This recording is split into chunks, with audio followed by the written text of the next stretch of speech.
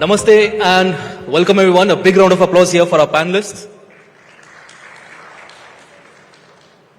I know this is the last session. A lot of you are tired. You heard a lot about climate.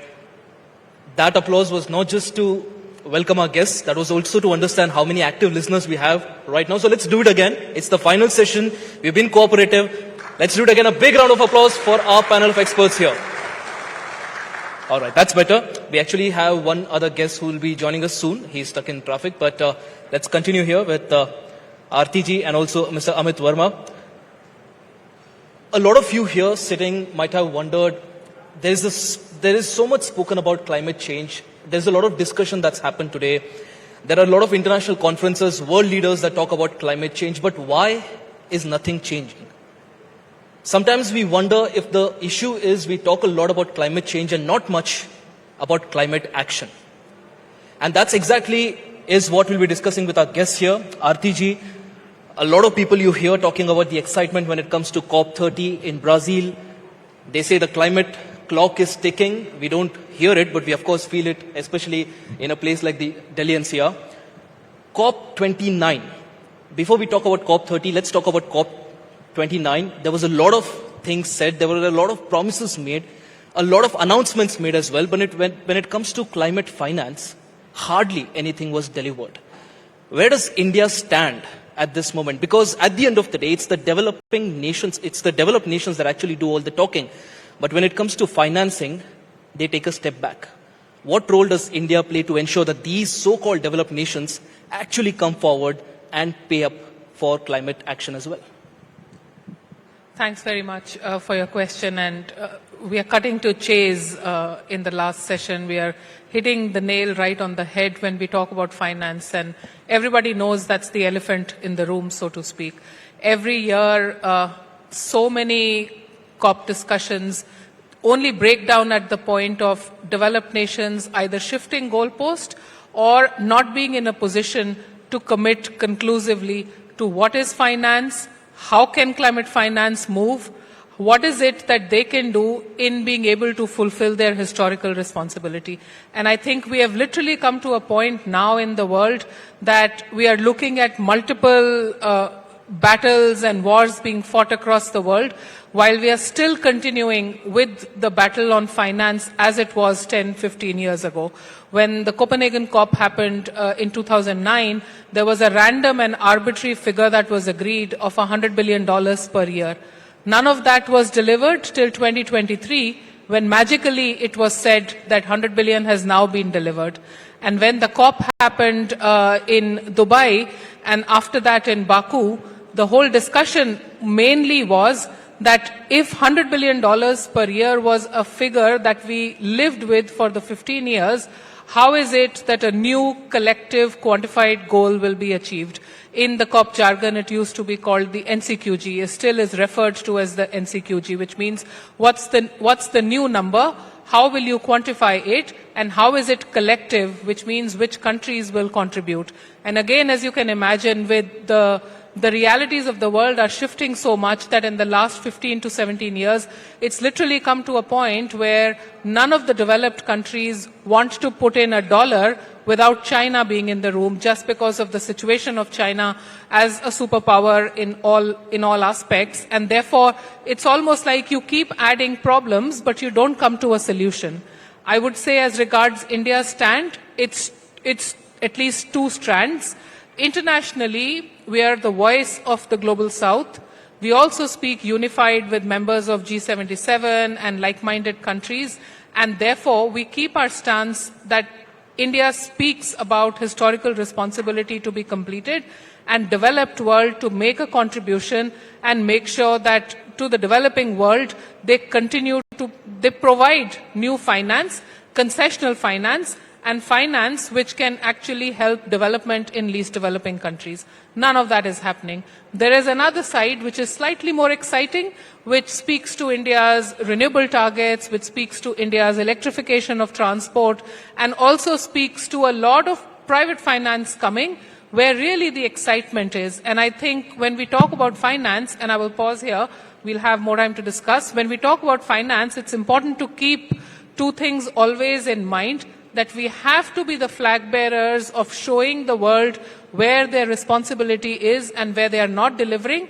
But at the same time, we cannot afford to waste any time, which is not what we are doing, and which is why we are also making sure that we are thinking about what are the innovative ways to bring finance into our industry, into our new and renewable energy, into our electric vehicle space, so that we are also keeping going whilst at the same time keeping our voice in the world loud and clear that Global South and a lot of the developing countries have never received the climate finance that was promised. And actually, it's not just a question of climate finance, it's a question of justice, it's a question of equity and fairness, and that's where it becomes really complicated and three-dimensional. It's interesting that you talk about equity and fairness, and when you look closely, Mr. Amit Verma, across the world, the countries that actually talk a lot about climate change is actually, these are the countries that really do the least when it comes to financing and doing something on ground to ensure that climate action is also taken care of. Let's talk about India, because of course you'll be able to help us understand more on that. India has not just been a very vocal supporter of actions to be taken in terms of climate change. India has also taken a lot of actions. India has also now, like Aarti ji said, become a voice in the global south. You look at India's leadership when it comes to the G20 summit or even the COP summits, various ones at that. How does India now ensure that all of the talks that happen, what more can India do to ensure that its leadership can prove to be the persuasive point that takes the entire conversation forward, and the countries that crib a lot, I'm sorry to use this word, the countries that crib a lot about climate change and blame it on the developing nations actually even help in financing the solution? Yeah, so thank you so much for inviting me, and a very good response from you earlier. So India has been lucky to have a leadership what we have today, with a very clear thought on how India's action should be. And in the last panel also we did hear about how solar energy in India has been a great success. So I totally understand the point of view that many countries, there is expectation in the form of common but differentiated responsibilities and polluter principle, and so many concepts are there as far as these international negotiations are concerned, and putting the onus on developed country to pay for it. But it's something which we have been talking about for a long time, and climate change is here and now, and it's happening, and we cannot wait infinitely for that finance to come. So there are actions which are happening, of which solar is one part of, very important part of it. There are NDCs, there are pledges which India has made, and there are strides which we can make with the budget we already have. There is expenditure which is happening, especially on the adaptation side, I would say. So mitigation, and globally I would say there is a strong shift from now mitigation towards realizing that adaptation is something which is happening to our people, our own infrastructure, our own economy, and we need to invest in that, which can wait no more. So using that money efficiently is also a very important point which we need to focus on while we are waiting for all those negotiations to pan out.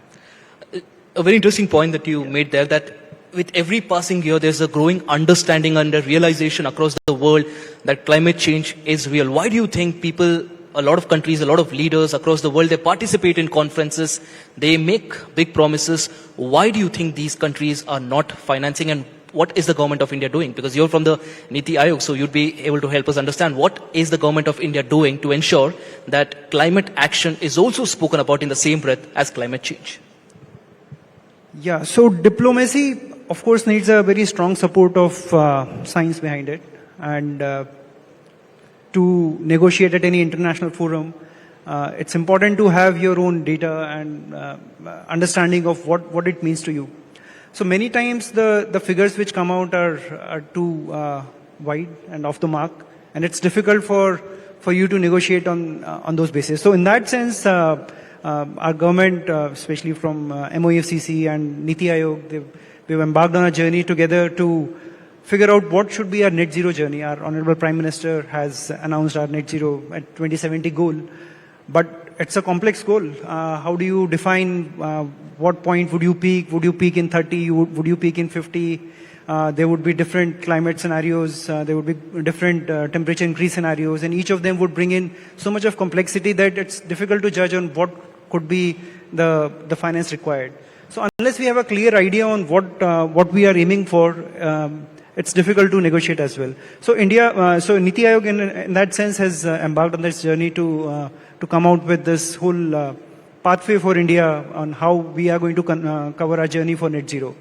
Along with that, as I talked about adaptation earlier, I think adaptation is something which is becoming more and more important. And whenever we talk about climate finance, we normally leave adaptation behind because mitigation is so easy to calculate in that sense. I mean, you have a target of energy, you know how many people are there, you know how many ACs would be needed, and this is the gigawatt of energy you would need, and you can plan, and there's an industry behind it which would support it. Adaptation on the other side, it's very, very tricky. For example, if you need to design a bridge which you need to design for maybe next 50 years, and there is a river which goes and you don't know how much of rainfall fluctuations are going to happen and how much over-design should you do, how much that additional cost is there. So adaptation is always a bit more trickier. And in that journey also we have started now in NITI Aayog on how do you go at a very small grid level, figure out across the nation what the climate fluctuations are, what it would mean in terms of planning for the future, as well as how do you seep them into a policy through National Action Plan for Climate Change or State Action Plan for Climate Change? How do you collect it all together and figure out how much total finance do we need and then use it for international negotiations as well? So that's a journey which our government has definitely taken on. Well, as you talk about planning for the future and the alternatives, let me also welcome Mr. Ashish Khanna from the International Solar Alliance as well. He's here. A big round of applause for him as well. And this, I believe, is the right time for us to drift our conversation from what has happened, what hasn't happened, to clean energy. I'll just let Mr. Ashish Khanna take a breath there. Aarti ji, we've been talking about clean energy, and that is a point that you wanted to make earlier as well. India is rapidly scaling up its clean energy dependency. But at the end of the day, when we talk about energy in India, it is still heavily reliant on fossil fuels. What exactly is India doing, and how much more can India do to ensure that there is a sort of a self-reliance when it comes to clean energy, and we don't just talk, we also walk? I think we are walking. We're also, we're past that stage where we were just walking fast. I think we are at a point where we are in a stable situation. And are we sprinting? Others, it will take a while to sprint. You need strength and resource, and that comes from money as well. And my other panelists can speak to it more eloquently. But, you know, the whole journey as it started in 2010, then solar targets of 2014, and then the NDCs that we submitted in 2015.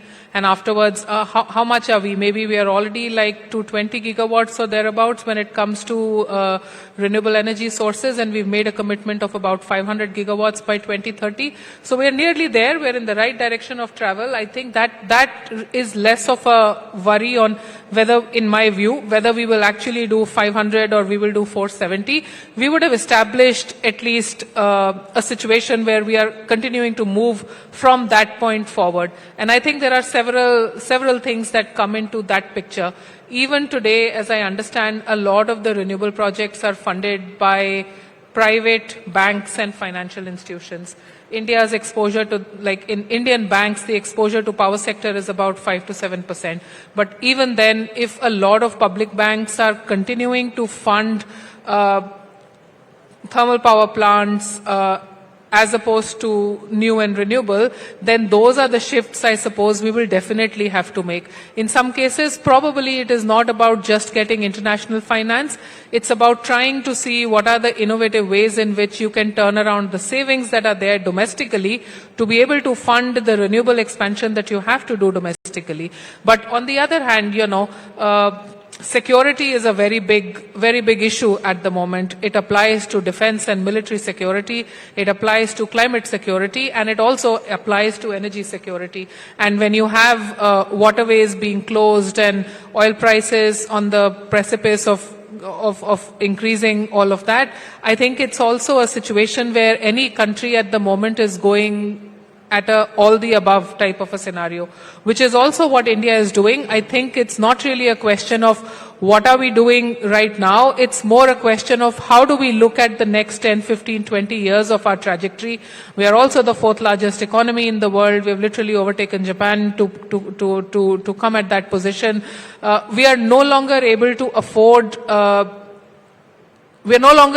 afford even giving internationally that image that we are sticking to fossil fuel expansion in the way that the world was doing 15, 20 years ago. You don't build a new regime which is based on traditional power, and I think that's the communication change that the Indian side will have to make, because when you go at the international meetings, when you go at the United Nations Framework Convention, it's almost like the rest of the world is shifting to new sources, but India and China are not. That's probably not the reality. The reality lies somewhere in the middle, and I think it's really important, especially Ashish ji is here and we'll talk about the Solar Alliance, but the solar diplomacy that India has done in the last couple of years, the fact that we have the most ambitious renewable targets, the fact that we are also able to fulfill through domestic resource mobilization a lot of those targets, how we are receiving far more money into new renewables than we are receiving into coal,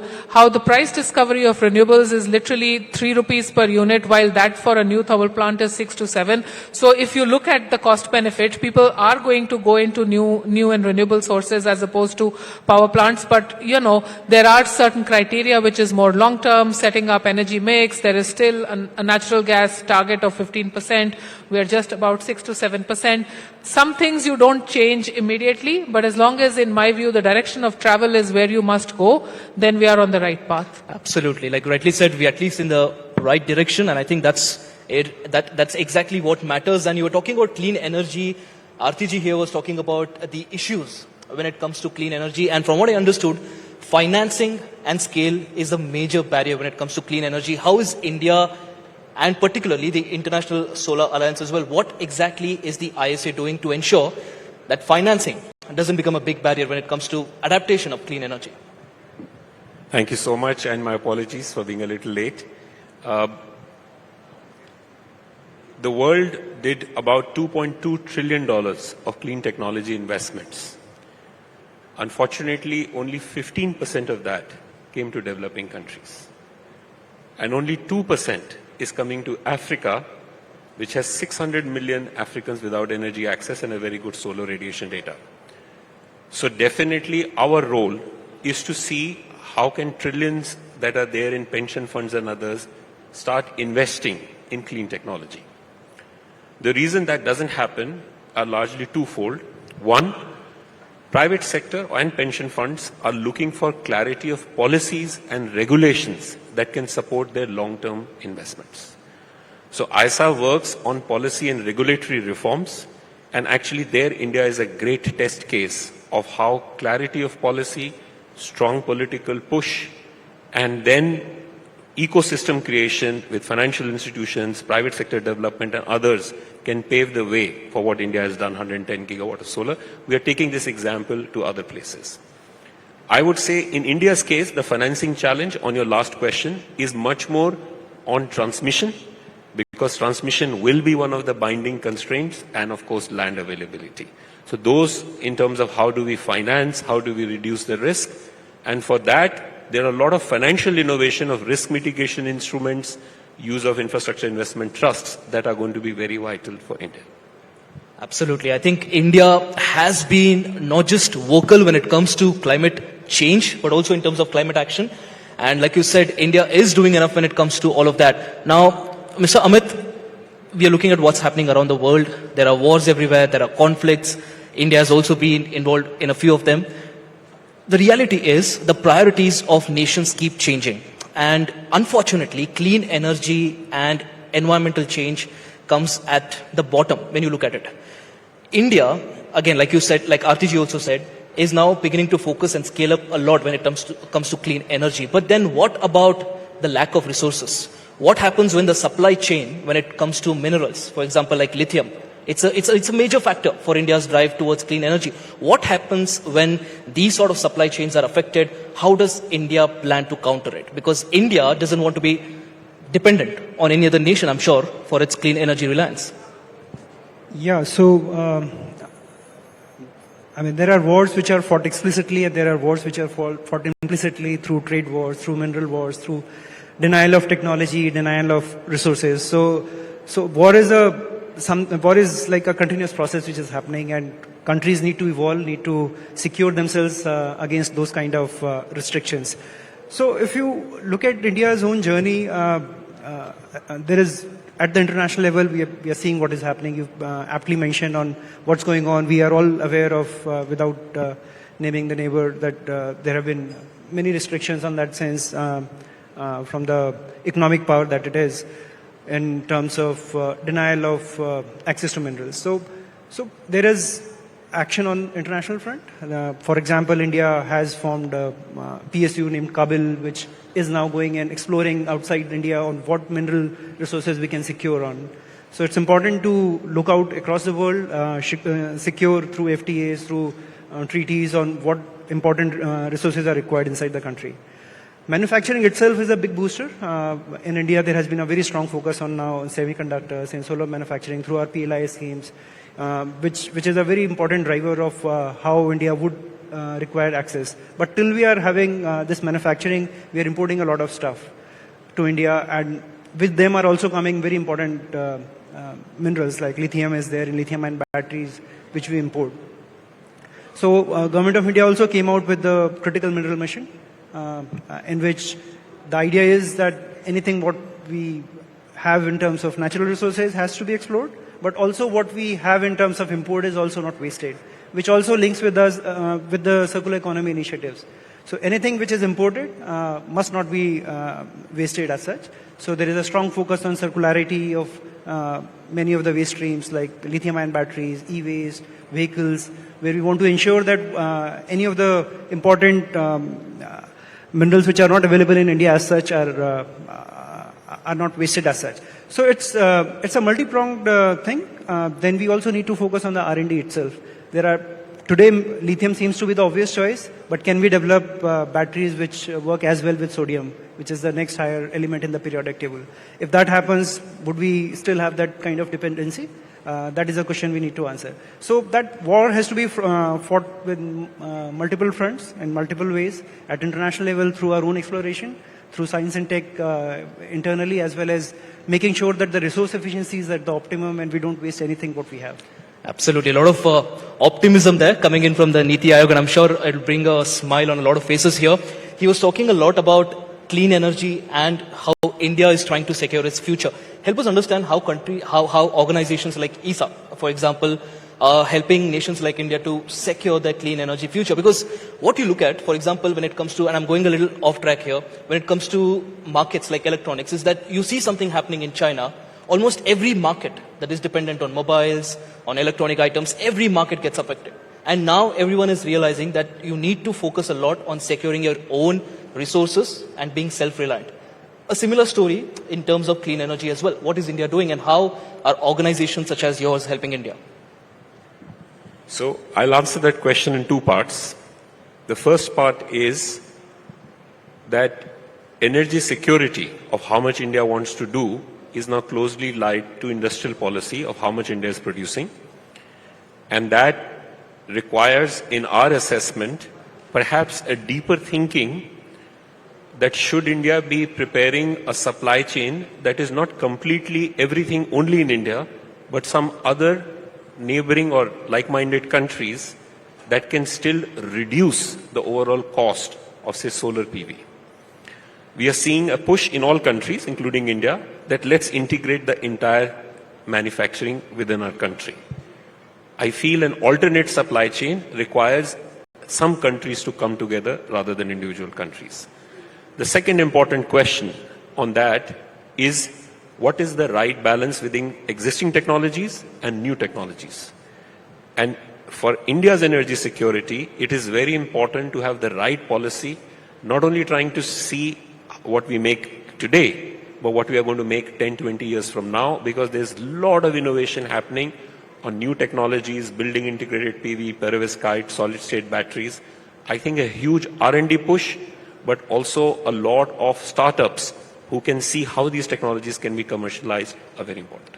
Absolutely. And before we wrap in a while, I started off on the note that everyone's looking forward to COP30, but the reality is if you look at what's happened since then, a lot of promises have remained on paper. A lot of ideas that were floated haven't got financing, which means that with COP30, there is a lot of doubt, a lot of questions being asked. What can India do to push these so-called developing nations that speak a lot about climate change? What can India do? I come back to the same point. Diplomacy is what we're talking about. What can India do to push these developed countries to not just talk about climate change, but also finance it? I think a lot of the alliances at the moment are shifting. The traditional alliances as they existed with Annex 1 countries as they were called, which is a lot of the Western countries of the world, you are at a point where the US is no longer in the Paris Agreement the second time. And who is going to take that position? The Bonn intercessionals concluded only yesterday, and my read of that is that the way negotiations happened, it almost feels like whether US is in the room or not, nobody is able to assume that vacuum that exists. So that's one side of the story. Is there thinking on the Brazilian side, and what is it that India can do? Our Prime Minister is going to Rio to attend BRICS.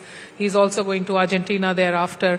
And I think it will be interesting to see on what happens at the BRICS forum with regard to either the BRICS commitment to nationally determined contributions, or how even the BRICS countries are going to come together and keep both the G20 as well as the COP intact, because the G20 is in South Africa, the COP with Brazil, and Brazil really has some work to do when it comes to the politics of the COP. At the moment, it's quite unclear on where they are going to land. They have produced some letters to the presidency, and when you read those letters, they have a lot of right words in them. They are talking about action agenda. They are talking about globally determined contribution as opposed to nationally determined contribution. The problem is the world is not at a situation where multilateralism is at its best. So if you don't have multilateral unison, how are you talking of a globally determined contribution? It's quite difficult. There are several aspects that Brazil has put. It talks about preserving forests. It talks about phasing out fossil fuels. It talks about funding. So they are pitching it as three Fs: fossil fuel, forests, and funding. And I think even if they were to work with India on one aspect, whether it's talking about clean energy and tripling renewables and looking at fossil fuels, or even trying to bring something on the table on finance, which actually frankly looks quite hard, because the whole road from Baku to Belem looks like it's less of a road and more bumps over there just because of the global situation. It's not possible for any country to sign a blank check at the moment. You have to look at sources of funding that are innovative, or you have to make a business case for it so that investments can flow where there is return of investment. There is no blank check. So I think India has a lot of work cut out. And this is diplomacy. You can see that the Brazilian president was in China. EU and China are speaking to each other. There is precedence on how some countries play quite smartly when it comes to these international negotiations. And I feel that for India to also get ahead of that curve, speak for itself, but also speak for a lot of the global south, preserve its position, but also actually give some ideas on what is it that is possible in terms of a common minimum. There is job to be done. And I'm sure not a lot of people are surprised the fact that the US president had skipped a lot of these events as well, and we're not really sure. We don't really expect him to attend these conferences as well. We'll most likely just refresh our Twitter feeds to see if there is some sort of an announcement when it comes to environment from him. That's the reality of the world today, and like our guest here also pointed out, the focus has to shift from just talking and making announcements about climate change to actually contributing to climate action. And India's role with every single year, the fact that India is now the voice of the global south, India's role becomes even more important. With that, thanks a lot for joining us here for this conversation. It's been a very insightful conversation, and I request everyone to once again, I know it's a final session, once again give a huge round of applause for all our panel guests here.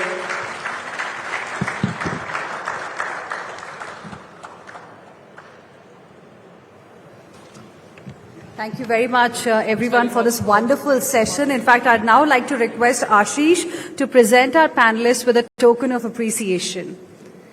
A big round of applause, ladies and gentlemen. It was the final session of our event today.